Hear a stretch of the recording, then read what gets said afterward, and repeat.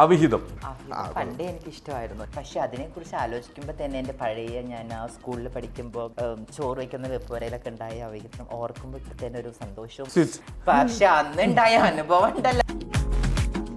മദ്യം എന്ന് വെച്ചാൽ നമ്മൾ വൈകുന്നേരം പണിയൊക്കെ കഴിഞ്ഞ് വരുമ്പോൾ രണ്ടെണ്ണം അടിക്കാന്ന് വെച്ചാൽ ആ ശരീരം വേദനക്കൊക്കെ ഏറ്റവും നല്ലൊരു സാധനമാണ്. മദ്യം കഴിച്ചാൽ കരള് പോകട്ടുള്ള കാര്യം ഞാൻ പറഞ്ഞേക്കാം. ഒറിജിനൽ നയൻതാരനെ കണ്ട വിഷ്ണു എങ്ങനെ സംസാരിക്കണം അതുപോലെ സംസാരിക്കണം. അയ്യോ നയൻതാര ചേച്ചി ചേച്ചി ചേച്ചി ഇത് കാണാൻ വേണ്ടി കുറെ നാളെ ചേച്ചി ഞാൻ ഇത് ഗ്രഹിണി പിടിച്ച പിള്ളേർ ചക്കക്കൂട്ടാൻ കണ്ടോ? ഇതാണോ നയൻതാരനെ കാണാൻ? എന്താണ് വിഷ്ണുവിന്റെ രണ്ട് ആഗ്രഹങ്ങൾ ഉണ്ടെന്ന് പറഞ്ഞ എന്തൊക്കെയാ? രണ്ടാഗ്രഹങ്ങള് സിനിമയിൽ അഭിനയിക്കണം. പിന്നെ ഞാനൊരു കുട്ടീനെ കുറച്ചാളല്ല ഉള്ളിലുണ്ടായിരുന്നു. ആ കുട്ടിയുടെ പേരെന്ന് പറഞ്ഞേ സുധി തമ്പി. നട്ടലുള്ള ഒരു ആൺകുട്ടി. സോ ഞാനൊരു ട്രാൻസ് വുമൺ ആണ്, ദീപ്തി കല്യാണിയാണ്. ശ്രീ എന്നെ പ്രപ്പോസ് ചെയ്യുന്ന ഒരു മോനെ എനിക്കിട്ട് തന്നെയുള്ള അടിച്ചു നിരത്തിയിട്ട് ശേഖരനോട് എന്താ പറഞ്ഞേ? പൈസ കിട്ടില്ലെങ്കിൽ നിനക്ക് ആ ഓട്ടോറിക്ഷ ഓടിയാ പോരായിരുന്നു എന്നാ ഞാൻ ചോദിക്കുന്നത്. നമ്മുടെ ഒരു ആഗ്രഹം അതല്ലല്ലോ ഏട്ടാ. പക്ഷെ അപ്പൊ ഓട്ടോറിക്ഷ പോയി അതാണ് ആകെയുള്ള സങ്കടം. എന്നെ കല്ലെടുത്ത് എറിഞ്ഞതും തൊപ്പിയതൊക്കെ റോട്ടിൽ വെച്ച് കല്ലിനെറിയോ അടിക്കുകയൊക്കെ ചെയ്തിട്ടുണ്ട് ഇഷ്ടം പോലെ. എന്റെ ബ്രദർ എന്നെ റോട്ടിലൊക്കെ വലിച്ചു കൊണ്ടുപോയിട്ടുണ്ട് അടിച്ചിട്ട്. ഏട്ടൻ തന്നെയാണ് അടിച്ച് വീട്ടിൽ നിന്ന് പുറത്താക്കിയത് തന്നെ 17-ാം വയസ്സിൽ. എന്നിട്ട് എങ്ങോട്ട് പോയി? പടിയടച്ച് പിണ്ടം വെക്കാന്നൊക്കെ പറയില്ലേ, ആ ഒരു അവസ്ഥയായിരുന്നു. തുടങ്ങിയപ്പോൾ തന്നെ പുള്ളിക്കാരത്തിന്റെ കാല് തൊട്ട് തുടങ്ങിയത്. പുള്ളിക്കാരത്തി ചേച്ചി ഞാൻ കളിയാക്കിയാന്ന് വിചാരിച്ചു. ഒരിക്കലല്ല, കളിയാക്കിയതല്ല.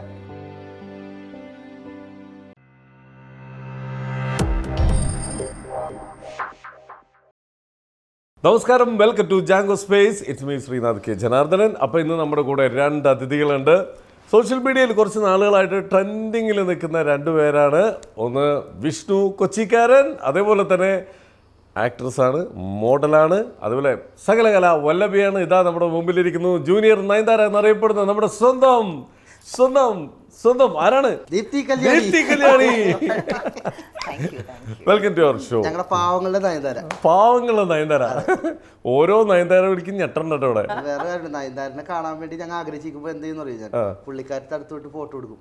കാര്യം എന്ന് വെച്ചാൽ നമുക്ക് നയൻതാര അടുത്ത് പോയി ഫോട്ടോ എടുക്കാനായിട്ട് പറ്റില്ലല്ലോ. പുള്ളിക്കാരത്തെ അടുത്ത് പോയിട്ട് ജസ്റ്റ് ഒരു ഫോട്ടോ എടുക്കും. ഇത് കേട്ടിട്ട് എന്ത് തോന്നുന്നു ദീപ്തി? ഞാൻ നയൻതാരനെ ഫേസിലേക്ക് കൊണ്ടുവന്നു, എൻ്റെ ഉള്ളിലേക്ക് കൊണ്ടുവന്നു. ഫോട്ടോ എടുക്കണം പറഞ്ഞപ്പോൾ തന്നെ ഞാൻ വീഡിയോസ് ഒക്കെ ചെയ്യുന്ന സമയത്ത് നയൻതാരയുടെ കുറച്ച് ആംഗിൾസ് ഞാൻ ചെയ്യാറുണ്ട്. ഇപ്പൊ ഐബ്രോ ആയാലും ഇപ്പൊ ഈ കഴുത്ത് ആ ഒരു സാധനം, അപ്പൊ ഞാൻ ആ ലുക്കിലാണ് ഞാൻ ആക്ച്വലി ഇരുന്നത്. എന്നെ നോക്കുവാണെങ്കിൽ ആ പാവം ആ ഉള്ളിലത്തെ ആഗ്രഹം ഒന്ന് നോക്കിക്കേ, ഒന്ന് നയൻതാരനെ കാണിച്ചു കൊടുത്തേ. വിഷു ഒന്ന് നോക്കിക്കേ. ഓ കമ്മോൺ, ആ ഒരു മാനേഴ്സ് കൊണ്ടല്ലേ. ഓക്കെ, ഒരു നയൻതാരയുടെ ഇപ്പൊ നയൻതാര എന്ന് വിചാരിക്കും, ഒറിജിനൽ നയൻതാരനെ കണ്ട വിഷ്ണു എങ്ങനെ സംസാരിക്കണം അതുപോലെ സംസാരിക്കണം. നയൻതാരയായിട്ട് തിരിച്ച് മറുപടി കൊടുക്കണം. ഓക്കെ. അയ്യോ നയൻതാര ചേച്ചി ചേച്ചി ചേച്ചി ഇത് കാണാൻ വേണ്ടി കുറെ നാളെ ചേച്ചി ഞാൻ ഇത് ഗ്രഹിണി പിടിച്ച പിള്ളേർ ചക്കക്കൂട്ടാൻ കണ്ടോ? ഇതാണോ നയൻതാരനെ കാണാൻ? ഇങ്ങനെയല്ല, ഓക്കെ, അൺഎക്സ്പെക്ടഡ് ആയിട്ട് നിന്റെ ആക്ടിങ് സ്കില്ല് പുറത്തെടുക്കും. ഓക്കെ, പെട്ടെന്ന് നോക്കുമ്പോ നയൻതാര ചേച്ചി നയൻതാര ആ സാധനം. ഓക്കെ. അയ്യോ നയൻതാര ചേച്ചി ചേച്ചി ചേച്ചിനെ കാണാൻ വേണ്ടിട്ട് ഞാൻ കുറെ നാളായി ആഗ്രഹിക്കുന്നത്. ചേച്ചി ചേച്ചിയുടെ കയ്യിലൊന്ന് തൊട്ടോട്ടെ ചേച്ചി. ചേച്ചി ചേച്ചി ചേച്ചി പാവങ്ങളാണ് ചേച്ചി, ഫോട്ടോ ഓടിക്കണ ചേച്ചി. ഞങ്ങളുടെ അയ്യോ നയൻതാര ചേച്ചി തൊടാൻ പറ്റിയേ. ദൈവമേ, ഇത് ഞാൻ കിടന്ന് ഉറങ്ങൂല. ചേച്ചി തൊടാൻ പറ്റില്ലേ?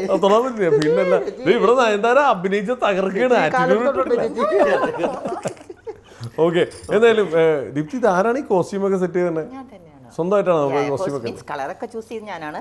എനിക്ക് എൻ്റെ ബ്ലൗസ് ഒക്കെ സ്റ്റിച്ച് ചെയ്യുന്നതും അല്ലെങ്കിൽ സ്കേർട്ടും ചുരിദാറൊക്കെ ചെയ്യുന്നത് എൻ്റെ ബെസ്റ്റ് ഫ്രണ്ടായ രാജു എന്ന് പറയുന്നത് എൻ്റെ ഒരു ബെസ്റ്റ് ഫ്രണ്ടാണ്. തൃശ്ശൂരിൽ ഒരു ബൊട്ടിക്ക് ഉണ്ട്. അപ്പം ഞാൻ വിളിച്ച് പറഞ്ഞാൽ എനിക്ക് ഇന്നതാണ് ഫംഗ്ഷൻ അല്ലെങ്കിൽ ഇന്ന ഒക്കേഷനിലേക്ക് പോകണം, ഇന്റർവ്യൂ ആയാലും ഷൂട്ടായാലും എന്തായാലും ഇതൊന്നും ഈ ഗ്രീൻ ഞാൻ സെലക്ട് ചെയ്തതല്ല, ഓൾറെഡി പുള്ളി എന്നെ സെലക്ട് ചെയ്ത് സ്റ്റിച്ച് ചെയ്ത് വെച്ചു. ഞാനിപ്പോൾ വരുമ്പോൾ പിക്ക് ചെയ്ത് കൊണ്ടുവന്നു. അത്രയും. ഓ അടിപൊളി. എന്തായാലും പറയാതിരിക്കാൻ വയ്യ, ഈ കോസ്റ്റ്യൂം എല്ലാം ഡിസൈൻ ചെയ്യുന്നതെല്ലാം അടിപൊളിയായിട്ടുണ്ട് കേട്ടോ, നന്നായിട്ടുണ്ട്.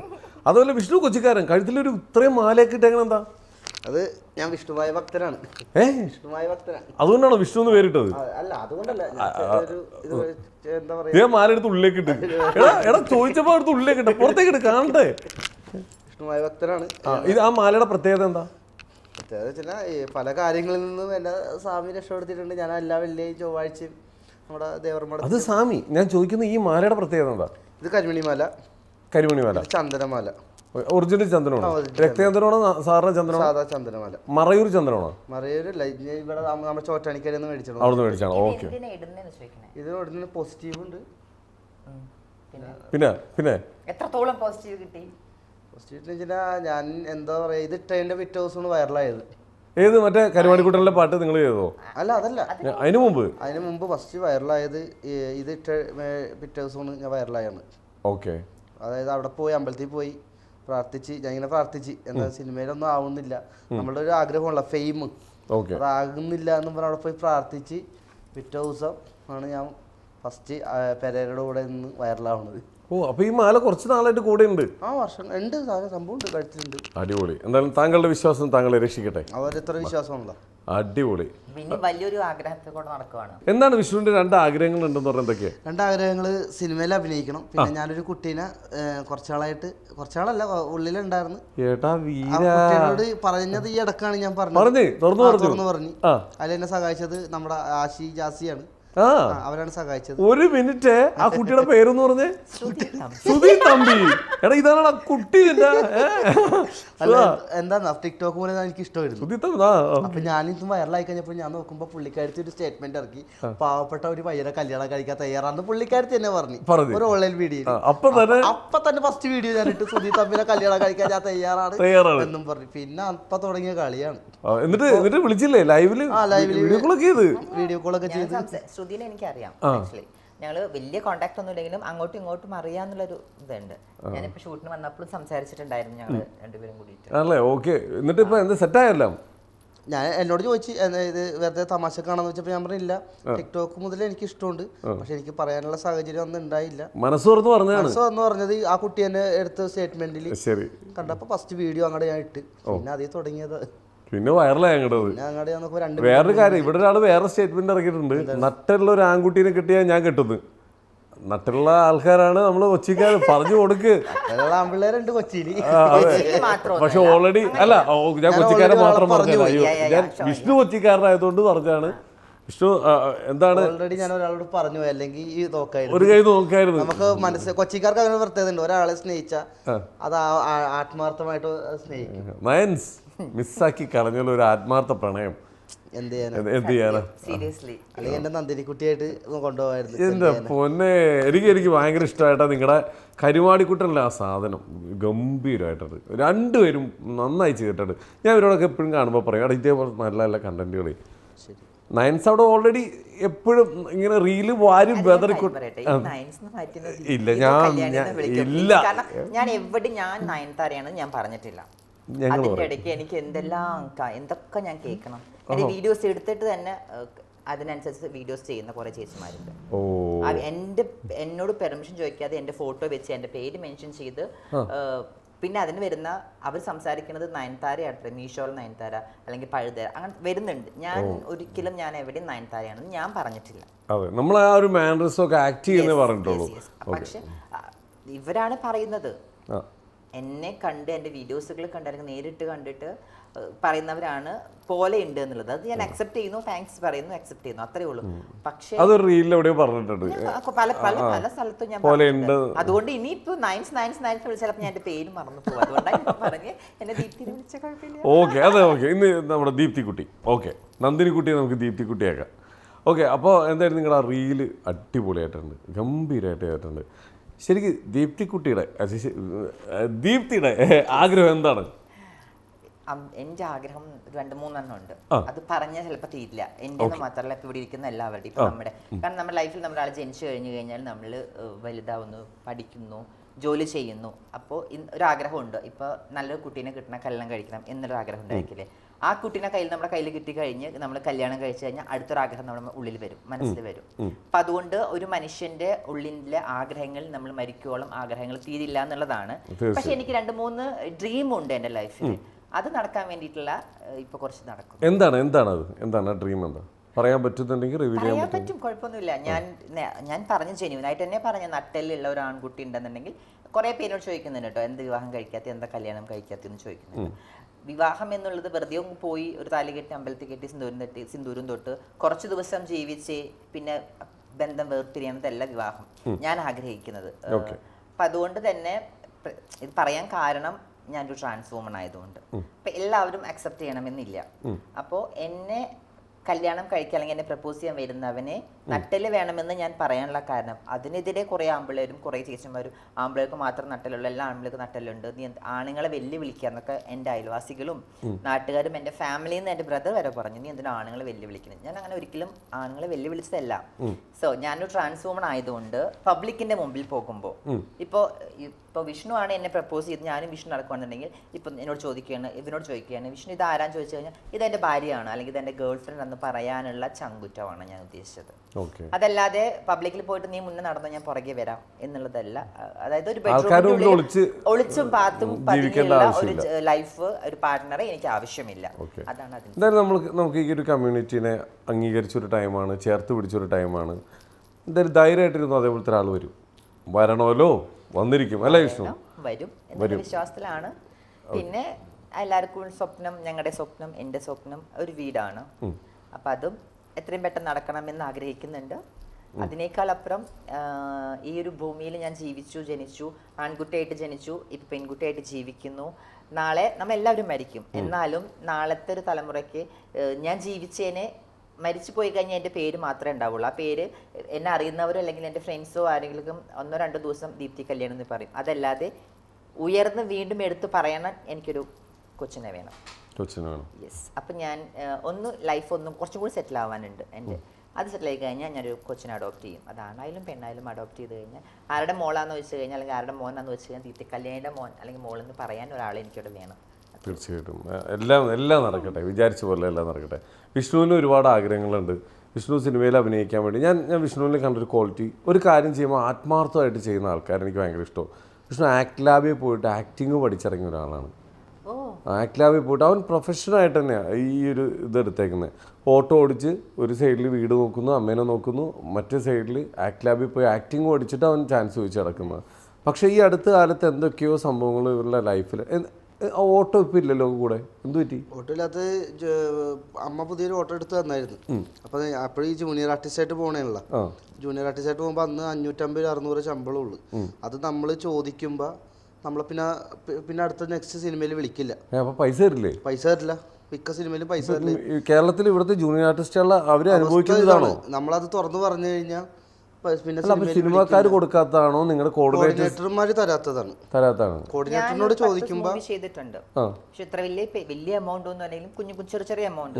പക്ഷെ ഞാൻ അങ്ങോട്ട് ആ ഒരു സ്ഥലത്തേക്ക് പോകുന്നുണ്ടെങ്കിൽ അതിന്റെ ഇരട്ടി ഞാൻ ചെലവാക്കിയിട്ടായിരിക്കും. കാരണം എനിക്ക് ഞാൻ ചെയ്യുന്ന ഒരു വർക്ക് എനിക്ക് അത്രയും പെർഫെക്റ്റ് ആയിരിക്കണം. അല്ലെങ്കിൽ എന്നെ വിളിച്ച് എന്നെ ഇൻവൈറ്റ് ചെയ്തിട്ടുണ്ടെങ്കിൽ അവിടെ ചെല്ലുമ്പോൾ ഞാനായിരിക്കണം അവിടെ ഹൈലൈറ്റ് എന്നുള്ളതാണ് എൻ്റെ മൈൻഡിൽ. അപ്പം ഞാൻ അതിന് നോക്കാറില്ല. പക്ഷേ ഇപ്പം ഈ പറഞ്ഞ പോലെ തന്നെ പൈസയുടെ കാര്യം പറഞ്ഞപ്പോൾ തന്നെ എനിക്കും കുറെ അനുഭവങ്ങളൊക്കെ സിനിമ ഫീൽഡിൽ നിന്നും ഉണ്ടായിട്ടുണ്ട് കേട്ടോ. ഇതുപോലെ പൈസ തന്നിട്ടുണ്ട്. പക്ഷെ നമ്മൾ സംസാരിക്കുമ്പോൾ ഡീൽ ചെയ്തായിരിക്കില്ല, നമ്മളൊരു എഗ്രിമെന്റ് ഒന്നും സൈൻ ചെയ്യുന്നില്ലല്ലോ. അപ്പോൾ സംസാരിച്ച് ഡീൽ ചെയ്തായിരിക്കില്ല ഷൂട്ട് കഴിഞ്ഞ് നമുക്കത് കിട്ടുന്നത് പേയ്മെന്റ്. ഇത് ഇപ്പൊ വിഷ്ണുവിന്റെ എന്നിട്ട് എന്ത് പറ്റിയ ഓട്ടോറിക്ഷ പോയി. എങ്ങനെ? അതായത് ഈ ഒരു വർഷമായിട്ട് ജൂനിയർ ആർട്ടിസ്റ്റായിട്ട് ഞാൻ കഴിഞ്ഞ രേഖാചിത്രത്തിലൊക്കെ എന്നെ ശ്രദ്ധിച്ചു നോക്കി അറിയാൻ പറ്റും. നമ്മൾ ഈ വർക്കിന്റെ പൈസ ചോദിക്കുമ്പോൾ നമുക്ക് തരില്ല. അപ്പൊ പുതിയ വണ്ടിയായിരുന്നു, ഫിനാൻസ് എടുത്ത വണ്ടിയായിരുന്നു. അങ്ങനെ അടക്കാണ്ട് വന്ന് ഞാൻ ചോദിച്ചാ പൈസ തരാണ്ടായി കഴിഞ്ഞപ്പോ നമ്മൾ അടുത്ത ഓപ്ഷൻ നോക്കി ഓട്ടോറിക്ഷ ഓടിച്ചാൽ പോരായിരുന്നു? ഓട്ടോറിക്ഷ ഡെയിലി വർക്ക് ഉണ്ട് ചേട്ടാ. പൈസ അന്ന് ഈ കൊറോണക്ക് മുമ്പ് നമുക്ക് വർക്ക് കഴിഞ്ഞ അപ്പൊ തന്നെ പേയ്മെന്റ് വരുമായിരുന്നു. ഈ കൊറോണ കഴിഞ്ഞിട്ട് പിന്നെ വർക്ക് കഴിഞ്ഞിട്ട് 1 മാസം 2 ആഴ്ച 3 ആഴ്ചയൊക്കെയാണ് തന്നത്. അങ്ങനെ ഒരുപാട് പ്രശ്നങ്ങൾ ഞാൻ കൊറോണ കഴിഞ്ഞിട്ട് 1 വർഷം കഴിഞ്ഞിട്ട് സിനിമകളൊക്കെ ആക്റ്റീവ് ആയത്. 1 വർഷം ഓട്ടോറിക്ഷ ഓടിയിട്ടില്ല. ഓട്ടോറിക്ഷ കൊറോണ വണ്ടി ഓടിയിട്ടില്ല. അപ്പൊ ഞാൻ ചോദിക്കുന്നത് ഇത് കഴിഞ്ഞ് കഴിഞ്ഞാൽ അപ്പൊ കുറച്ച് പൈസ കിട്ടുന്ന ഓപ്ഷൻ തെരഞ്ഞെടുക്കായിരുന്നില്ലേ? ചേട്ടാ ഞാൻ അതിന് വണ്ടി എന്ന് വെച്ചാൽ നമുക്ക് നൈറ്റ് വർക്ക് വരുന്നുണ്ട്, അതിന് ചിലപ്പോൾ ഡേ വർക്ക് വരുന്നുണ്ട്. ഞാൻ പറഞ്ഞില്ല കഴിഞ്ഞ പ്രാവശ്യം ഒരുപാട് വർക്ക് ഞാൻ ചെയ്തിട്ടുണ്ട്. അത് സേവ് ചെയ്യാൻ വേണ്ടിയിട്ട് പൈസ കിട്ടില്ലെങ്കിൽ നിനക്ക് ആ ഓട്ടോറിക്ഷ ഓടിയാൽ പോരായിരുന്നു എന്നാ ഞാൻ ചോദിക്കുന്നത്. നമ്മുടെ ഒരു ആഗ്രഹം അതല്ലല്ലോ ചേട്ടാ. പക്ഷെ അപ്പൊ ഓട്ടോറിക്ഷ പോയി അതാണ് ആകെയുള്ള സങ്കടം. അതിപ്പോ ഇനിയിപ്പോ രണ്ടാമത് ഇപ്പൊ വാടക ഓടണം. വാടകയ്ക്ക് ഓട്ടോറിക്ഷ എടുത്തിട്ട് ഓടണം. അപ്പൊ അമ്മ എന്ത് പറഞ്ഞു? അമ്മ പറഞ്ഞ ഓട്ടോറിക്ഷ ഇനിയിപ്പോ ഓട്ടോറിക്ഷ ഇല്ല ഒന്നും ഇല്ലാണ്ട് ഇപ്പൊ തെണ്ടി തിരിഞ്ഞ് നടക്കണില്ലേ എന്ന് വെച്ചാൽ അമ്മ എപ്പോഴും ചീത്ത പറച്ചിലാണ്. സിനിമയിൽ ഇങ്ങനെ നടന്നുകൊണ്ടിട്ടാണ് നമുക്ക് പോയത്. അമ്മയ്ക്ക് ഒരു സൈഡിൽ ഇപ്പൊ വയ്യാതിരിക്കുകയാണ്. അമ്മക്ക് ഇപ്പൊ വയ്യ. അമ്മ പറഞ്ഞു ഇപ്പൊ സിനിമയും കാര്യങ്ങളൊക്കെ വിട്, ഇപ്പൊ നീ വല്ല ജോലിക്ക് പോലും പോകുന്നതാണ് ഇപ്പൊ പറഞ്ഞത്. അമ്മ ആദ്യം പറഞ്ഞ അങ്ങനെയല്ല, നീ സിനിമാ നടനായിട്ട് എനിക്ക് ചത്താ മതിയടാന്ന് പറഞ്ഞ. പക്ഷെ ഇപ്പൊ അമ്മ പറഞ്ഞ അമ്മ ഇതിന്റെ കൂടെ പോകണില്ല. ഇപ്പൊ വണ്ടി ഓടുന്നുണ്ട്, ഇപ്പൊ അമ്മേനെ മര്യാദക്ക് നോക്കുന്നുണ്ട്. ഇപ്പൊ സിനിമ ഞാൻ വിട്ട് ആകെയുള്ള ആഗ്രഹങ്ങൾ വിടരുത്. ഇത് എല്ലാം ഇതിന്റെ കൂടെ പറ്റില്ല. കാര്യം 2 ലൊക്കേഷനിൽ നിന്ന് മെയിൻ വേഷത്തിന് വിളിച്ചിട്ട് എന്നെ പറഞ്ഞു വിട്ട്. ആറാട്ടണ്ണ പെരയുടെ നടക്കണല്ലേ, അതാണ് അവർക്ക് എന്തോ പ്രശ്നം. ഞാൻ അവിടെ ചെന്നപ്പോൾ ലൊക്കേഷൻ ചെന്നപ്പോൾ അവിടുത്തെ ചെറിയ ആൾക്കാർ വന്ന് എന്നോട് സെൽഫി എടുത്തായിരുന്നു. അപ്പോൾ അത് സിനിമാക്കാർക്ക് ഇഷ്ടപ്പെട്ടില്ല.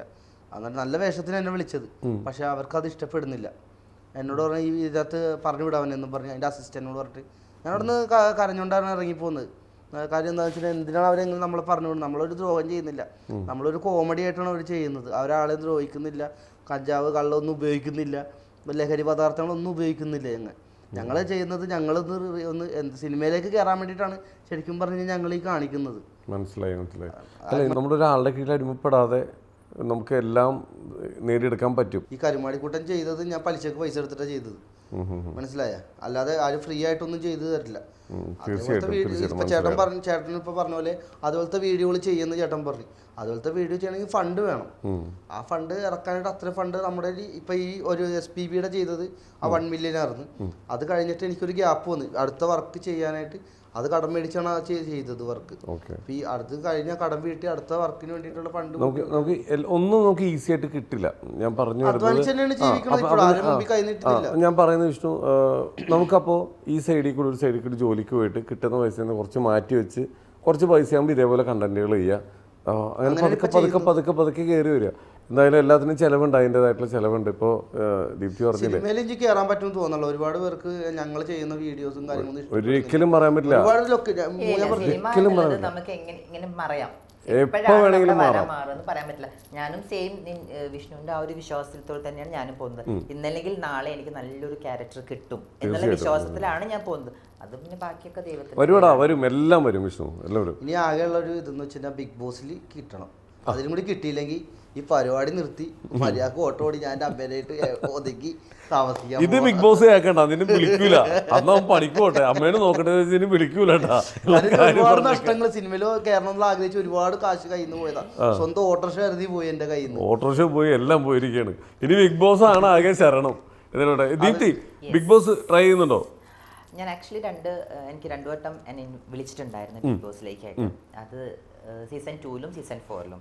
അത് രണ്ടും എൻ്റെ കയ്യിൽ നിന്ന് നഷ്ടപ്പെട്ടതാണ്. എന്തുപറ്റി? ഫസ്റ്റ് സീസൺ 2ൽ ഞാൻ കൊച്ചിയിൽ വന്ന് ഇന്റർവ്യൂ ഒക്കെ അറ്റൻഡ് ചെയ്തു. അത് കഴിഞ്ഞിട്ട് വിളിക്കാം എന്നുള്ള രീതിയിലാണ് സംസാരിച്ചിട്ടുണ്ടായിരുന്നത്. പക്ഷെ ഞാൻ അതിനു മുമ്പ് തൊട്ട് സൂര്യ TV-യിൽ റിയാലിറ്റി ഷോയ്ക്ക് ഞാൻ പാർട്ടിസിപ്പേറ്റ് ചെയ്തു. ഒരു കണ്ടസ്റ്റന്റ് ആയിരുന്നു, സൂര്യ ജോഡി നമ്പർ 1 എന്ന് പറഞ്ഞിട്ട്. അപ്പം അതിൽ ചെയ്തുകൊണ്ടിരിക്കുന്ന സമയത്താണ് എന്നെ ബിഗ് ബോസ് സ്റ്റാർട്ടായി. അപ്പം ഞാൻ വെച്ച് എന്നെ വിളിക്കില്ല എന്നുള്ള രീതിയിലായിരുന്നു ഇവിടെ കയറിയത്. പക്ഷെ ഇവിടെ ചെന്നപ്പോൾ ഇവര് ബിഗ് ബോസ് തന്നെ വിളിച്ചിട്ടുണ്ടായിരുന്നു, വൈൽഡ് കാർഡ് എൻട്രിക്ക് കയറാൻ പറ്റുമെന്ന് ചോദിച്ചിട്ട്. അപ്പം ഞാൻ അവിടെ കമ്മിറ്റ് ചെയ്തു, എഗ്രിമെന്റ് സൈൻ ചെയ്തു, എല്ലാം ചെയ്തല്ലോ. അപ്പം അതുകൊണ്ട് എനിക്കത് അങ്ങനെ കയ്യിൽ നിന്ന് പോയതാണ്. സീസൺ 4ഉം എൻ്റെ കയ്യിൽ നിന്ന് നാട്ടിലുണ്ടായിരുന്നില്ല. എല്ലാം വരും, എല്ലാം കറങ്ങി തിരിഞ്ഞ് നമ്മുടെ അടുത്ത് വരും അല്ലേ വിഷ്ണു? എല്ലാം നമ്മുടെ സമയമാകുമ്പോൾ എല്ലാം വരും. ഒരു കാര്യം ചോദിക്കട്ടെ ദീപ്തിനോട്, ഇപ്പം ഈ ഒരു മേഖലയിലേക്ക് എത്താൻ, അല്ലെങ്കിൽ ദീപ്തി ഇപ്പം നിൽക്കുന്ന ഒരു സ്റ്റേജിലേക്ക് എത്താൻ ഒരുപാട് സ്ട്രഗിൾ ചെയ്തിട്ടുണ്ട്. സ്ട്രഗിൾ ചെറുതൊന്നുമല്ല.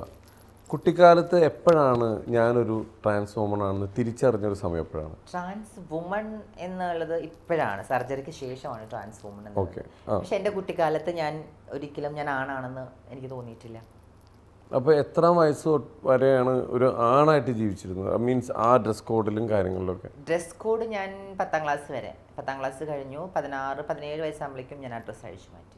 അപ്പോൾ ഈ ഡ്രസ്സ് അഴിച്ചു മാറ്റുമെന്ന് പറയാൻ കാരണം ഞാൻ മെയിൽ ഡ്രസ്സ് ഇട്ടിരുന്നത് സ്കൂളിൽ പോണ സമയത്താണ്. അല്ലെങ്കിൽ ഫാമിലി എന്തെങ്കിലും ഫംഗ്ഷൻ ഉണ്ടെന്നുണ്ടെങ്കിൽ അച്ഛനമ്മ വാങ്ങിച്ചു തരുന്ന ആ ഒരു പാൻറ്റും ഷർട്ടും. അത് ഞാൻ സ്വന്തമായിട്ട് സെലക്ട് ചെയ്യാൻ തുടങ്ങിയപ്പോൾ അവർ കൊണ്ടുപോയിട്ട് ഷോപ്പിൽ കൊണ്ടുപോയി അച്ഛനമ്മയും കൊണ്ടുപോയിട്ട് സെലക്ട് ചെയ്യുമ്പോൾ പിന്നെ ഞാൻ സെലക്ട് ചെയ്യാൻ തുടങ്ങിയത് ഈ വെൽവെറ്റിന്റെ ഒക്കെ ഷർട്ട്, ഇച്ചിരി തിളക്കൊക്കെ ഉള്ള ആ ഒരു ലേഡീസ് ടച്ച് ഉള്ള അങ്ങനത്തെ ഞാൻ സെലക്ട് ചെയ്യാൻ തുടങ്ങിയത്. അതിനു മുമ്പ് അച്ഛനും അമ്മയും വാങ്ങിച്ചു തരുന്ന ഡ്രസ്സ് ഞാൻ ഇട്ടിരുന്നത്. സ്കൂളിൽ പോകുമ്പോൾ സ്കൂൾ യൂണിഫോം. ദീപ്തിക്ക് ഇത് അറിയായിരുന്നു ഞാൻ ഒരു ആണല്ല, എൻ്റെ സ്വഭാവ ഗുണങ്ങളെല്ലാം മറ്റേ പെൺകുട്ടിയുടെയാണെന്ന്. പക്ഷെ വീട്ടുകാർ അക്സെപ്റ്റ് ചെയ്തിരുന്നു? അവര് ആ സമയത്ത് അക്സെപ്റ്റ് ചെയ്തിട്ടില്ല. വെച്ചാൽ അവർക്ക് അറിയില്ല.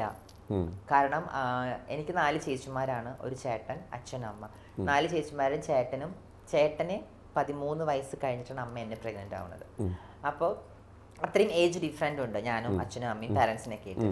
അപ്പോൾ അതിൽ ചേച്ചിമാരൊക്കെ കല്യാണം കഴിഞ്ഞു, ചേട്ടൻ ജോലിക്ക് പോണു, അച്ഛനും അമ്മ ജോലിക്ക് പോണു, വീട്ടിൽ ഞാനാണ്.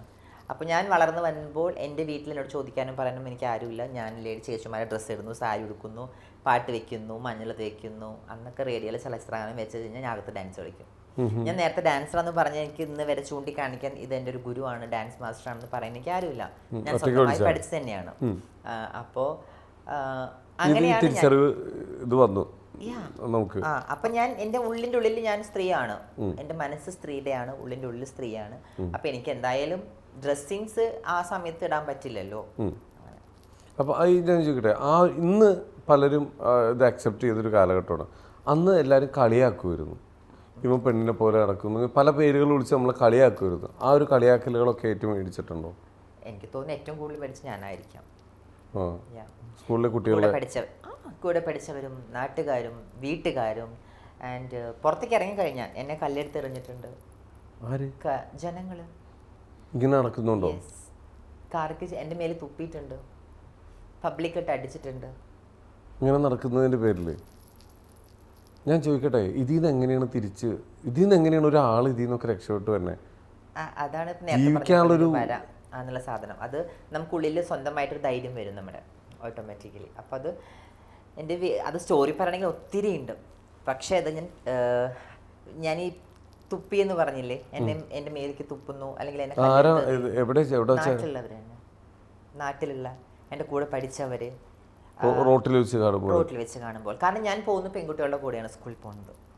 ഞാൻ ഏറ്റവും കൂടുതൽ ആൺകുട്ടികളുടെ കൂടെ ഇരുന്നിട്ടുണ്ടെങ്കിൽ സ്കൂളിൽ ബെഞ്ചിലിരിക്കണം സമയത്തായിരിക്കും അടുത്തടുത്ത് ആൺകുട്ടികളുടെ കൂടെ. ബാക്കിയുള്ള ഫുൾ ടൈം ഞാൻ പെൺകുട്ടികളുടെ കൂടെയാണ്. വീട്ടിൽ വന്നാൽ ഞാൻ ഒറ്റയ്ക്ക് കിടന്നുറങ്ങുന്നത് അമ്മയുടെ കൂടെ അല്ലെങ്കിൽ ഒറ്റയ്ക്ക്. അപ്പോൾ എനിക്ക് ആൺകുട്ടികളുടെ കൂടെ ആയിട്ടുള്ള ആ ഒരു ടച്ച് സ്വതവേ എനിക്കത് ഇഷ്ടമില്ല. ഞാനത് എനിക്കറിയില്ല. ഞാൻ പെൺകുട്ടികളുടെ കൂടെ കളിക്കുന്നു, ചിരിക്കുന്നു, ഇപ്പം ചോറും കറിയും വെച്ച് കളിക്കുക അല്ലെങ്കിൽ കല്ല് കളിക്കുക എന്ന് ചെയ്ത് കഴിഞ്ഞാൽ അമ്മയുടെയൊക്കെ മൈൻഡിൽ, അമ്മ അതൊക്കെ പിന്നെ പറയുമ്പോഴാണ് മനസ്സിലായത് കേട്ടോ, അമ്മയുടെയൊക്കെ മൈൻഡിൽ എൻ്റെ മോൻ പെൺകുട്ടികളുടെ കൂടെയാണ്, അപ്പോൾ സേഫാണ്, ഈ ആൺകുട്ടികളുടെ കൂടെ പോയിട്ട് ചീത്തയാവില്ല, അറിയാലോ, ആ ഒരു തോട്ടുള്ളത് സത്യം. അപ്പോൾ അങ്ങനെ അമ്മ അതുകൊണ്ട് എന്നെ ഉപദേശിച്ചിട്ടില്ല അല്ലെങ്കിൽ ശിക്ഷിച്ചിട്ടില്ല എന്നൊന്നും പറഞ്ഞ് മനസ്സിലാക്കിയിട്ടില്ല എന്ന് വെച്ചാൽ ഒരിക്കലും അമ്മേനെ കുറ്റം പറയല്ല കേട്ടോ. അമ്മ അത് ചെയ്യാത്തതാണ് ഞാൻ ഈ പറഞ്ഞു വന്നത്. അപ്പം അതുകൊണ്ട് ഈ സ്കൂളിൽ പോണ സമയത്ത് അപ്പോൾ അവർക്ക് ഞങ്ങളുടെ നാട്ടിലെ ആമ്പിള്ളേർക്കും അല്ലെങ്കിൽ എൻ്റെ വീട്ടിലെ എൻ്റെ ബ്രദറിനൊക്കെ നാണക്കേടായിരുന്നു. കാരണം അവരുടെ കാഴ്ചപ്പാടിൽ കാണുമ്പോൾ ഞാൻ ഒരു ആൺകുട്ടിയാണല്ലോ.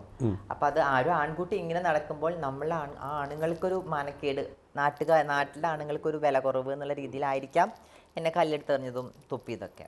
റോട്ടിൽ വെച്ച് കല്ലെറിയോ അടിക്കുകയൊക്കെ ചെയ്തിട്ടുണ്ട് ഇഷ്ടം പോലെ. എൻ്റെ ബ്രദർ എൻ്റെ റോട്ടിലൊക്കെ വലിച്ചു കൊണ്ടുപോയിട്ടുണ്ട് അടിച്ചിട്ട്. ഇപ്പം പിള്ളേരുടെ കൂടെ നടക്കുന്നുണ്ട്. പെൺപിള്ളേരെ കൂടെ നടക്കുന്നുണ്ട്, പെണ്ണുങ്ങളെ പോലെ നടക്കും. ഇത് എപ്പോഴാണ് വീട്ടുകാർ ഇത് അംഗീകരിച്ചു തുടങ്ങിയത്? അംഗീകരിച്ച് എൻ്റെ സർജറി ഒക്കെ കഴിഞ്ഞ് തിരിച്ച് നാട്ടിൽ വന്നു. അതുവരെ അത്രയും വർഷങ്ങളോളം? അല്ലല്ല, ഞാൻ 10ാം ക്ലാസ് കഴിഞ്ഞു, 2 വർഷം നാട്ടിലുണ്ടായിരുന്നുള്ളൂ. ആ 2 വർഷമാണ് ഞാൻ അനുഭവിച്ചത്. കാരണം എനിക്ക് കുറച്ചും കൂടി ബോധം വന്നു. ഞാൻ വലിയ കുട്ടിയായില്ല, 10ാം ക്ലാസ് കഴിഞ്ഞു, 15-16 വയസ്സായി. ആ 16 വയസ്സായിട്ടും ഞാൻ കളിക്കുന്ന പെൺകുട്ടികളുടെ കൂടെയാണ്. അപ്പോൾ മെച്ചൂർഡ് ആയല്ലോ, കളിക്കുന്ന പെൺകുട്ടികളുടെ കൂടെയാണല്ലോ. അപ്പൊ അത് ചീത്തപ്പേര് പെൺകുട്ടികളുടെ അമ്മമാര് വന്ന് വഴക്ക് പറയും.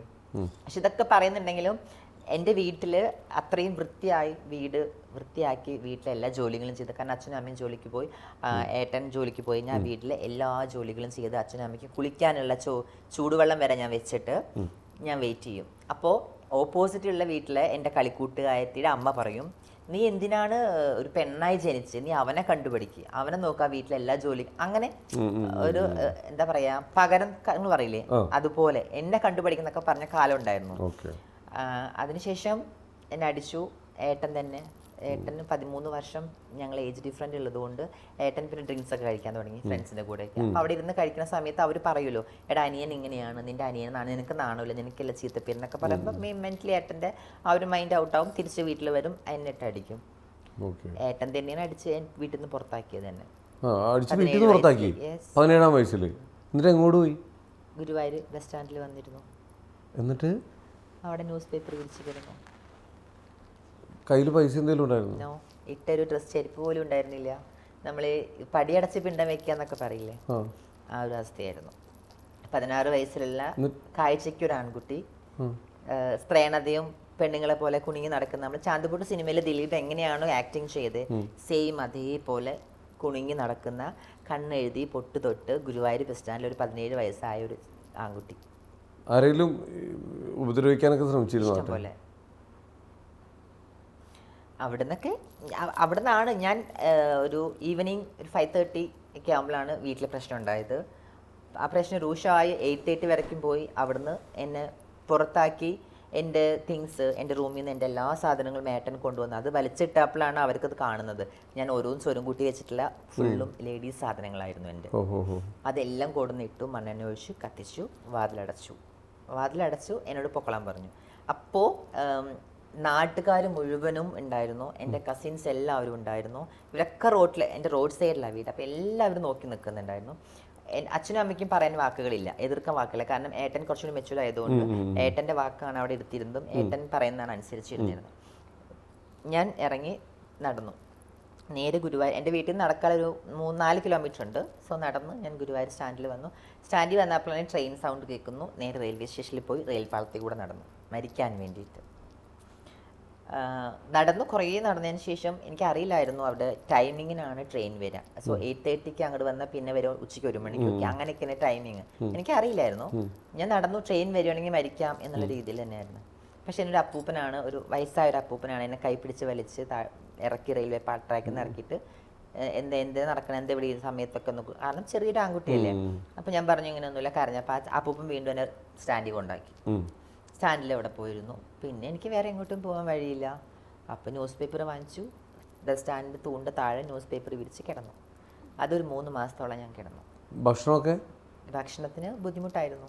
കുറേ ദിവസമൊക്കെ 3-4 ദിവസമൊക്കെ ഭക്ഷണം കഴിക്കാതെ പൈപ്പ് വെള്ളം പച്ചവെള്ളമൊക്കെ കുടിച്ച്, പിന്നെ അവിടെ തൊട്ടടുത്തുള്ള കടകളിലുള്ള ചേട്ടന്മാർ എന്നെ ഹെൽപ്പ് ചെയ്യും. ഞാൻ അവിടെ കടകളിലൊക്കെ പോയി സംസാരിച്ച്, മീൻസ് എന്നെ കണ്ടിട്ട് സ്ഥിരം കണ്ടിട്ട് അവരെനിക്ക് ഭക്ഷണം തരാൻ തുടങ്ങി. പിന്നെ എനിക്ക് അതിന് ഗുരുവായൂർ സ്റ്റാൻഡിൽ ബസ്സുകളൊക്കെ ഹോൾട്ട് ആവില്ലേ ഈവനിങ്. സോ അപ്പം അതിൽ ബസ് വാഷ് ചെയ്ത് കഴിഞ്ഞാൽ 30 രൂപ കിട്ടും.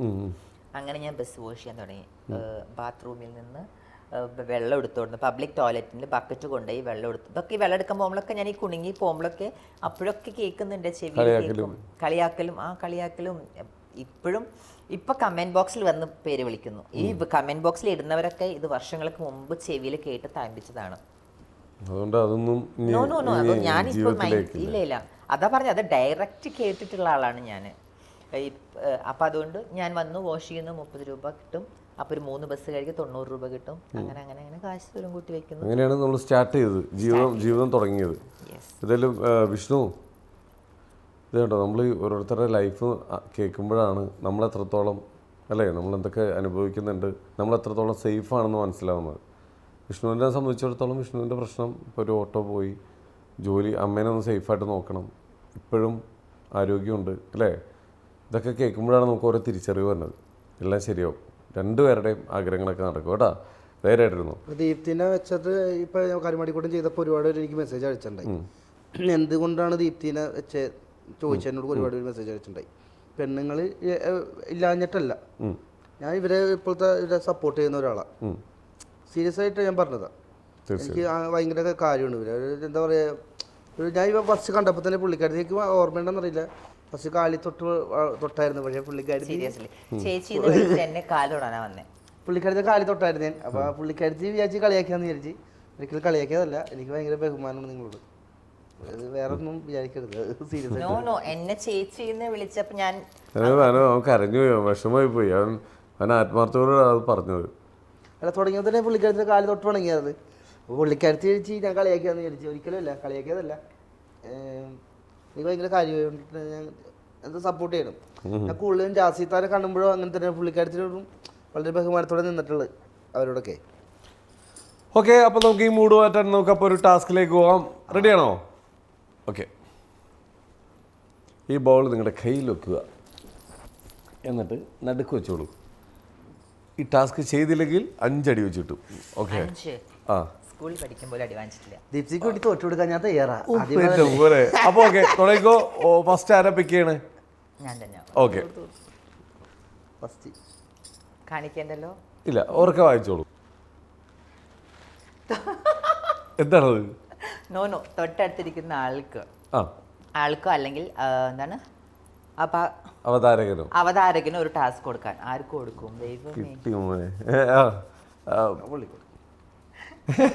പാസ്ന്ന് എടാ വിളിച്ച് ബുദ്ധി ഞാൻ പറഞ്ഞില്ലേ തൊട്ടടുത്തിരിക്കുന്ന ആൾക്കോ അല്ലെങ്കിൽ അവതാരകരോ. അവതാരകരോ അപ്പൊ ഞാനത് തീരുമാനിക്കാം അല്ലേ ഞാൻ ഒരു ടാസ്ക് സോ വേറെ ഒന്നുമല്ല ഞാൻ എല്ലാ ഇന്റർവ്യൂവിലും അല്ലെങ്കിൽ ഞാൻ ഇപ്പൊ റീസെന്റ് ആയിട്ട് ഇപ്പൊ നിൽക്കുന്ന സംഭവം തന്നെയാണ് കേട്ടോ നട്ടലുള്ള ഒരു ആൺകുട്ടി സോ ഞാനൊരു ട്രാൻസ് വുമൺ ആണ് ദീപ്തി കല്യാണിയാണ് ശ്രീ എന്നെ പ്രപ്പോസ് ചെയ്യുന്ന ഒരു ടാസ്ക് എൻ്റെ മോനെ എനിക്കിട്ട് തന്നെയുള്ള ഒരു ടാസ്ക് ഓക്കെ ഞാൻ എങ്ങനെയാണ് പ്രപ്പോസ് ചെയ്യേണ്ടത് അതൊക്കെ നിങ്ങളുടെ ഓക്കെ ഇഷ്ടം ഓക്കെ ഞാൻ പ്രപ്പോസ് പബ്ലിക് ഫാമിലി ഒക്കെ ഉണ്ട് ഓക്കെ അപ്പോൾ ഒരുപാട് വലിയൊരു ഫാമിലിയാണ് അപ്പോൾ പബ്ലിക്കിന്റെ മുമ്പിൽ ഞാൻ ട്രാൻസ് വുമൺ ആയതുകൊണ്ട് ഞാൻ ഈ പറഞ്ഞ കാര്യങ്ങളൊക്കെ അറിയാവുന്നതാണ് ഇതൊക്കെ ഓക്കെ ആയിട്ട് എന്നെ പ്രപ്പോസ് ചെയ്യാനുള്ള ആ ഒരു പ്രപ്പോസൽ ഓക്കെ ഓക്കെ ഞാൻ പ്രപ്പോസ് ചെയ്യാൻ റെഡിയാണ് സുഹൃത്തുക്കളെ ഓക്കെ അങ്ങ് ഈ നേരത്തെ പറഞ്ഞ പോലെ എല്ലാം മനസ്സിലാക്കി ദീപ്തിനെ പ്രപ്പോസ് ചെയ്യണം. 4 ആൾ ചോദിച്ചു കഴിഞ്ഞാൽ ആരാണ് നിൻ്റെ ഭാര്യ എന്ന് പറയുമ്പോൾ എനിക്ക് ചേർത്ത് പിടിച്ച് 4 ആളുടെ മുമ്പിൽ കാണിക്കാൻ ഇതാണ് എൻ്റെ ഭാര്യ എന്ന് പറയാം.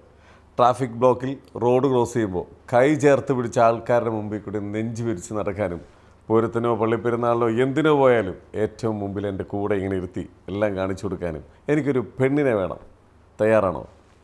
മൈ ഗോഡ്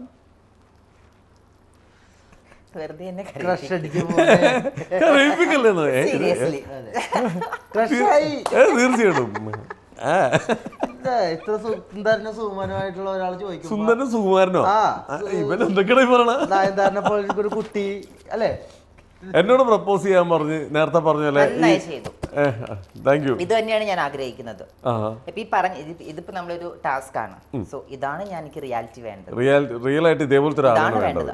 എല്ലാം നമ്മളെ എനിക്ക് കുറെ പൊന്ന് വേണം, കുറെ കാശ് വേണം, എനിക്ക് അതൊന്നുമല്ല. എനിക്ക് ഇങ്ങനെ എനിക്ക് കുറച്ച് ആഗ്രഹങ്ങളുണ്ട്. ഈ പൂരം, ഉത്സവം, പള്ളിപ്പെരുന്നാള്, റോഡ് ക്രോസ് ചെയ്യുമ്പോൾ ഇവിടെ പോയി ഭക്ഷണം കഴിക്കാൻ നല്ല ഒരു കൂടെ നിർത്താൻ പറ്റുന്ന ഒരാള്, കെയർ ചെയ്യാൻ പറ്റുന്ന ഒരാൾ, അത്രേ ഉള്ളൂ. ഞാൻ ആക്ച്വലി ഞാനൊരു സർപ്രൈസിന്റെ കാര്യം ആ ഇന്റർവ്യൂവിന് വരുമ്പോൾ ഒരു സർപ്രൈസ് ഉണ്ടെന്ന് പറഞ്ഞു. എന്താണത്? അപ്പോൾ ആ സർപ്രൈസ് എനിക്ക് ഇങ്ങനെ ഒരു ടാസ്ക് തരുമെന്നും ഈ ഒരു ക്വസ്റ്റ്യൻ വരുമെന്നും ഇതിൽ അവതാരകനോട് ചോദിക്കാൻ പറ്റുമെന്നുള്ളത് അത് സീരിയസ്ലി എനിക്ക് അറിയില്ലായിരുന്നു. പക്ഷെ അത് ഞാൻ മുൻകൂട്ടി കണ്ട പോലെയാണ്. എനിക്ക് സാധനം ചോദിക്കണമെന്നുണ്ടായിരുന്നു. ഓക്കെ ചോദിച്ചോളൂ. നോ വേറെ ഒന്നുമല്ല. എൻ്റെ ഒരു എക്സ് ഉണ്ടായിരുന്നു എനിക്ക്, ഇവിടെയല്ല പുറത്താണ്. സെയിം യു ലൈക്ക് എന്നെ പോലെയോ? സീരിയസ്ലി ഫേസ് കട്ട് നിങ്ങളെ കണ്ടു കഴിഞ്ഞാൽ ബ്രദറും അങ്ങനെയാണ്, ഏട്ടനാണ് എന്നെ തോന്നുന്നു.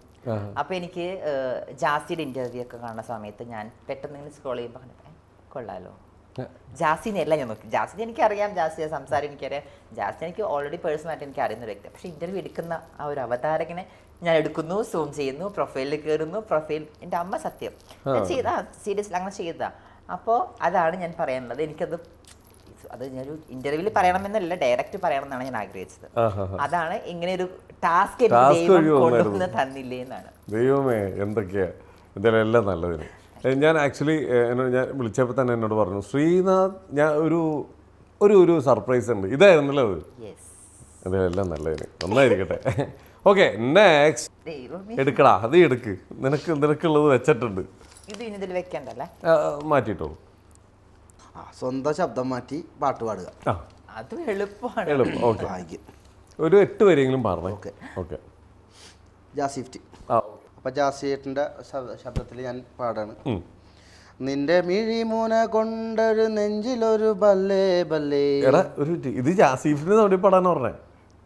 അതൊക്കെ കേൾക്കാത്ത ദൂരത്ത് കേൾക്കാൻ കൊതിപ്പിച്ചു കൊഞ്ചായി കൊഞ്ചി നീ മെല്ലെ നമ്മൾ കാണാതെ നിന്നപ്പോൾ നെഞ്ചോടു ചേർത്തൻ്റെ കവിളത്ത് കുറിയിട്ടു മെല്ലെ നമ്മൾ മുത്തായ മുത്തന്നെ മറുവാക്കുകൾ നാടായ കാടായ കാടൊക്കെ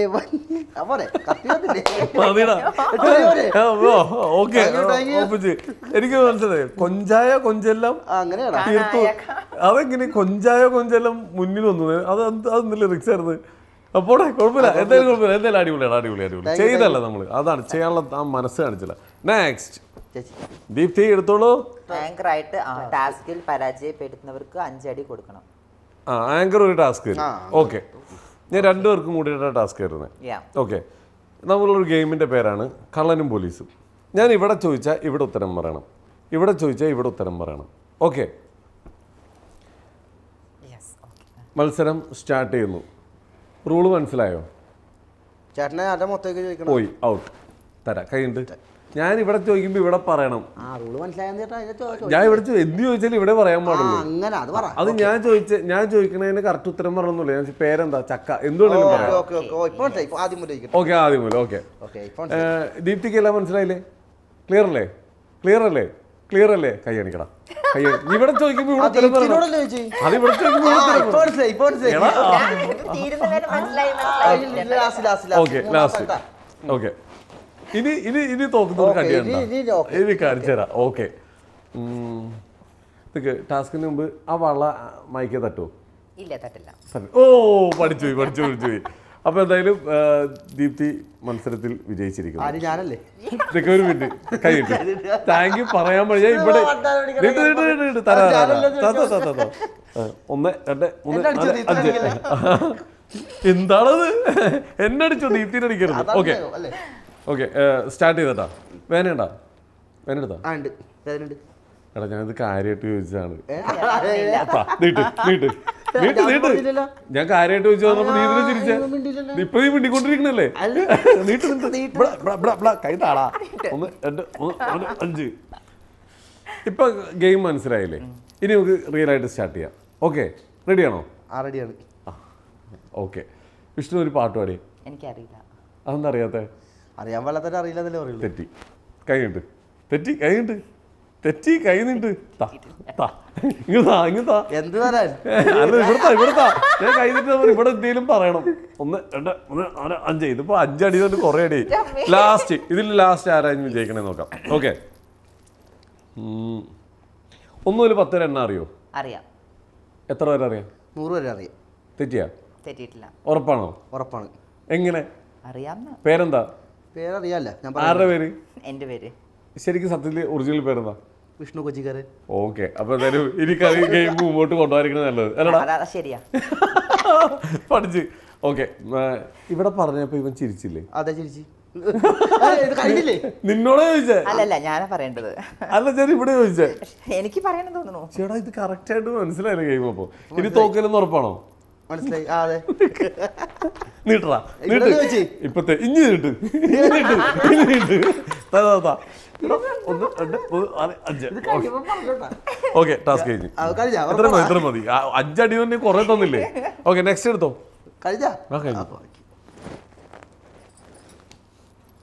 നമ്മ ചെയ്ത സാധനം തന്നെ ഏതെങ്കിലും സിനിമയുടെ ഡയലോഗ് 4 വരി പറയാൻ. ചെയ്താ പോരെ.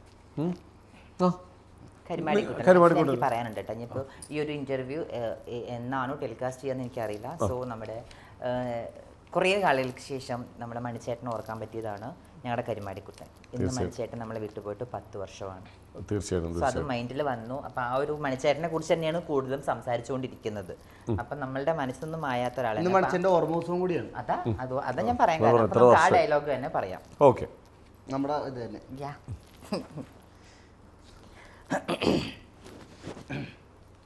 ശരിക്കും അഭിനയിക്കണോ രണ്ടുപേരും? അഭിനയം ഡയലോഗ് പോരെ? ഡയലോഗ് അഭിനയിച്ച് തന്നെ ഡയലോഗ് പറയണം.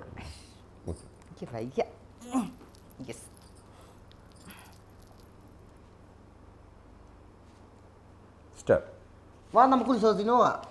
കുട്ടം പോയിക്കോ. ഉത്സവത്തിനൊന്നും ഞാൻ വരുന്നില്ല.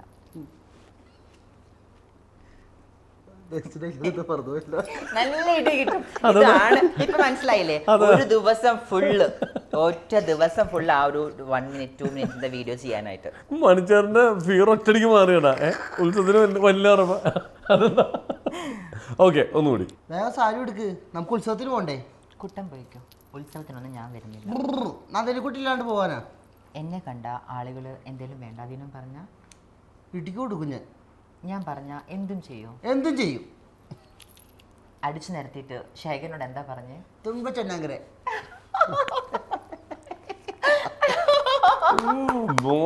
എന്തിനാ ചിരിക്കണേ? എനിക്ക് ഇഷ്ടമുണ്ടായിട്ട്. ഇന്നാൾ ഇവിടെ പിടിച്ചിട്ട് ഇഷ്ടമാണെന്ന് പറഞ്ഞു, അതുപോലെയാണോ? അല്ല, ശരിക്കും കുട്ടനോട് ഇഷ്ടമുണ്ടായിട്ട്. അപ്പൊ എന്റെ കല്യാണം കഴിക്കോ?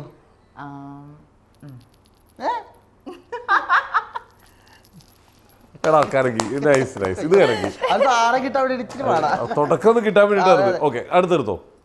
കുറേ ഉണ്ട്. ഒരു ടാസ്ക് ആണ്, 2 പേർക്കുള്ള ടാസ്ക് ആണ് കേട്ടോ. അവതാരകൻ പറയുന്ന വിഷയം പോസിറ്റീവ് ആയാലും അതുപോലെ തന്നെ. ഓക്കെ, സ്വിച്ച് എന്ന് പറയുമ്പോൾ നേരെ ഓപ്പോസിറ്റ് ആക്കണം. ഇപ്പോൾ ഒരു കാര്യം പറയുന്നതാണ്, ഇപ്പോൾ ഞാൻ ആപ്പിളിനെ കുറിച്ച് നല്ലത് പറഞ്ഞുകൊണ്ടിരിക്കുക. ആപ്പിൾ നല്ലതാണ്, വളരെ പോഷകഘടകങ്ങളാണ്, അതാണ് ഇതാണ്. അപ്പോൾ സ്വിച്ച് എന്ന് പറയുമ്പോഴത്തേക്കും ആപ്പിൾ വായ കുടിക്കുമ്പോൾ ആള് തട്ടിപ്പോവും, അതിനുള്ളിൽ ചിലപ്പോൾ പുഴു ഉണ്ടാവും. നേരെ ഓപ്പോസിറ്റ് പറയണ്ടേ, നല്ലതും പറയാം നെഗറ്റീവും പറയാം. ഒരുമിച്ചാണോ പറയുന്നത്? ആദ്യം ഞാൻ സ്വിച്ച് എന്ന് പറയും, ആദ്യം ഒരാൾ ആദ്യം ഇത് രണ്ടുപേരും ഓക്കെ. അപ്പൊ ഞാൻ പറയാൻ പോവാണ്. ഫസ്റ്റ് താര പറയുന്നേ ഓക്കെ, വിഷ്ണു കൊച്ചിക്കാരനോട് കൊടുക്കാൻ. ആദ്യം ഞാൻ നല്ലത് പറയാം. എന്തിനെ കുറിച്ചാണ് പറയുന്നത് അതിനെക്കുറിച്ച് നല്ലത് പറയാം. സ്വിച്ച് എന്ന് പറയുമ്പോഴത്തേക്ക് അതിൻ്റെ നെഗറ്റീവ് പറയാം. ഓക്കെ. മദ്യം എന്ന് വെച്ച് കഴിഞ്ഞാൽ നമ്മൾ വൈകുന്നേരം പണിയൊക്കെ കഴിഞ്ഞ് വരുമ്പോൾ രണ്ടെണ്ണം അടിക്കുക എന്ന് വെച്ച് കഴിഞ്ഞാൽ ആ ശരീരം വേദനക്കൊക്കെ ഏറ്റവും നല്ലൊരു സാധനമാണ്. പേര് ഞാൻ പറയുന്നില്ല, നമ്മൾ ഇപ്പോൾ സാധാരണ മലയാളികളുടെ ഒരു സംഭവമുണ്ട്, അപ്പോൾ അതിൻ്റെ പേര് ഞാൻ പോസ്റ്റ് ചെയ്യുന്നില്ല. അത് അടിക്കുമ്പോൾ എന്ന് വെച്ച് കഴിഞ്ഞാൽ അടിച്ചിട്ട് നേരെ അതിൻ്റെ കൂടെ ചിക്കൻ വറുത്തതും കൂടി വെച്ച് മദ്യം കഴിച്ചതിൻ്റെ കരൾ പോകട്ടുള്ള കാര്യം ഞാൻ പറഞ്ഞേക്കാം. നമ്മൾ പണിയെടുത്തിട്ട് നമ്മൾ എന്തിനാണ് വെറുതെ മദ്യം കഴിച്ച് വെറുതെ കരളൊക്കെ കളയേണ്ട വല്ല കാര്യമുണ്ടോ? അത് കഴിക്കാണ്ടിരിക്കുക. അതിൻ്റെ പകരം നിങ്ങളൊരു കാര്യം ചെയ്യും, വൈകുന്നേരം പണി കഴിഞ്ഞിട്ട് നിങ്ങൾ നേരെ ജിമ്മിലേക്ക് പോകും. പക്ഷെ മദ്യം വേറൊരു കാര്യമുണ്ട്, ഈ നാട്ടുകാരൊക്കെ മെയിൻ നല്ലതാണ് ഈ സാധനം കഴിക്കണമെന്ന് വെച്ചിട്ട്. കാര്യം ഈ പണി നല്ല രീതിയിൽ കഷ്ടപ്പെട്ട് ഇപ്പോൾ ഞാനൊക്കെ ഓട്ടോ ഓടിക്കണേണ്, വണ്ടിയൊക്കെ ഓടിച്ച് വരുമ്പോൾ വൈകുന്നേരം പോയിട്ട് ബിവറേജ് ക്യൂ നിന്ന് പോയി മദ്യം മേടിച്ച് ഒരര മേടിച്ചാൽ മതി. അത് മേടിച്ച് നമ്മൾ അടിച്ച് കഴിയുമ്പോൾ ഒരു സുഖമാണ്. അത് അടിച്ച് ഇത് കഴിച്ചു കഴിഞ്ഞുള്ള പ്രശ്നം എന്ന് വെച്ച് കഴിഞ്ഞാൽ നമ്മുടെ ലൈഫ് നഷ്ടപ്പെടും. ലൈഫ് എന്ന് വെച്ചാൽ ഭാര്യയും മക്കളെ എടുത്തിട്ട് ഇടിക്കും. നമുക്കിത് കഴിച്ചു കഴിഞ്ഞാൽ നമുക്ക് ഒരാളെ തിരിച്ചറിയില്ല, നമുക്ക് വല്ലാത്തൊരു ധൈര്യം ഇരിക്കും. ദൈവത്തോർത്ത് മദ്യം കഴിക്കല്ലേ എന്നാണ് എനിക്ക് അല്ല എനിക്കില്ല. ഇനി എന്താ പറയാ, അവിഹിതം. പണ്ടേ എനിക്ക് ഇഷ്ടമായിരുന്നു. ഞാൻ പറഞ്ഞോ. ഞാനും എൻ്റെ കൂട്ടുകാരികളും അല്ലെങ്കിൽ എൻ്റെ ഫ്രണ്ട്സിനൊക്കെ ഇട്ട് ഒരുപാട് അവിഹിതത്തിൽ പങ്കെടുത്തു. മീൻസ് എന്നെ ചിരിപ്പിക്കരുത്. പറഞ്ഞു ഓക്കെ. വേറെ ഒന്നും കിട്ടിയില്ലായിരുന്നു. പോരട്ടെ, ഇതിന്റെ എല്ലാ സൈഡും പറഞ്ഞോട്ടോ. നമ്മൾ നെഗറ്റീവ് പറഞ്ഞു, പോസിറ്റീവ് പറഞ്ഞു. Ready 1 2 3 start. അവിഹിതം നല്ലതാണ്. കാരണം നമ്മൾ ഡെയിലി കണ്ടുകൊണ്ടിരിക്കുന്നതാണ്. എവിടെ പോയാലും നമ്മളിപ്പോൾ പബ്ലിക്കിലാണെങ്കിൽ എവിടെയൊക്കെ എന്തെല്ലാം സൈഡുകളിൽ പല കോളേജുകൾ പല സ്ഥലങ്ങളിലും നമ്മുടെ ഫാമിലിയിൽ നിന്ന് പറയാൻ പറ്റില്ല കേട്ടോ, ഫാമിലി ഉണ്ടെങ്കിൽ അത് മൂടി വയ്ക്കും. പക്ഷെ അതുകൊണ്ട് എനിക്ക് ഭയങ്കര ഇഷ്ടമാണ്. ഒരുപാട് അവിഹിതത്തിലൊക്കെ ഞാൻ നീ സ്വിച്ച് ഞാൻ എവിടെ കണ്ടാലും പറക്കിയെടുത്ത് അടിക്കും ഞാൻ അവിഹിതം കണ്ടു കഴിഞ്ഞാൽ. പക്ഷെ എനിക്ക് കണ്ണിന് നേരെ എൻ്റെ കൺമുമ്പിൽ വന്നു പോകരുത്, കാണാൻ പാടില്ല. ഞാൻ അങ്ങനെയാണ്. എൻ്റെ ചെവിയിലോ എൻ്റെ കണ്ണിലോ കണ്ടാലേ ഞാൻ പ്രതികരിക്കാറുള്ളൂ, അത് എന്ത് കാര്യവും. പക്ഷെ അതിനെക്കുറിച്ച് ആലോചിക്കുമ്പോൾ തന്നെ എൻ്റെ പഴയ ഞാൻ ആ സ്കൂളിൽ പഠിക്കുമ്പോൾ എൻ്റെ ചോറ് വയ്ക്കുന്ന വെപ്പുവരയിലൊക്കെ ഉണ്ടായ അവിഹിതം ഓർക്കുമ്പോൾ ഇപ്പം തന്നെ ഒരു സന്തോഷവും. പക്ഷെ അന്നുണ്ടായ അനുഭവം ഉണ്ടല്ലോ, നാട്ടുകാർ കൂടി എന്നെ അയ്യോ ഒരു മിനിറ്റ്. ചോറ് കഞ്ഞിപ്പുറയിൽ എന്താ ഉണ്ടായെന്നൊന്ന് പറഞ്ഞേ. എന്താ ഇവിടെ സംഭവിച്ചത്? സീരിയസ്ലി അത് റിയൽ ആണ് ഞാൻ പറഞ്ഞത്. എന്ത് ചോറ് വെക്കുന്ന കഞ്ഞിപ്പുറയിൽ എന്താ ഉണ്ടായത്? അത് ഞാനും സ്കൂളിൽ പഠിക്കുമ്പോൾ ആൺകുട്ടീനായിട്ടായിരുന്നു എൻ്റെ അവിഹിതം ആൺകുട്ടികളായിട്ടാണല്ലോ. അപ്പോൾ എനിക്കിഷ്ടമുള്ള ഒരു പയ്യനുണ്ടായിരുന്നു. ആ പയ്യനും എന്നെ ഇഷ്ടമാണെന്ന് മീൻസ് എനിക്കറിയില്ലായിരുന്നു. പക്ഷെ ഞങ്ങൾ കഞ്ഞിപ്പരയിൽ പോയിരുന്നു. അവിടെ കുറേ ഓലകളൊക്കെ ഇങ്ങനെ അടക്കി വെച്ചിട്ടുണ്ടായിരുന്നു. അതിൻ്റെ സൈഡിൽ നിന്നുകൊണ്ട് ഞങ്ങൾ കിസ് അടിച്ചിട്ടുണ്ട്. അപ്പോൾ അത് കണ്ടിട്ട് കഞ്ഞി വെക്കണ ചേച്ചി ഞങ്ങളെ ഓടിച്ചിട്ടുണ്ട്. അത് കണ്ടല്ലേ? ആ ചേച്ചി കണ്ടു. ചേച്ചി പാത്രം കഴുകാൻ പോയ സമയത്തായിരുന്നു ഞങ്ങളത് ചെയ്തത്.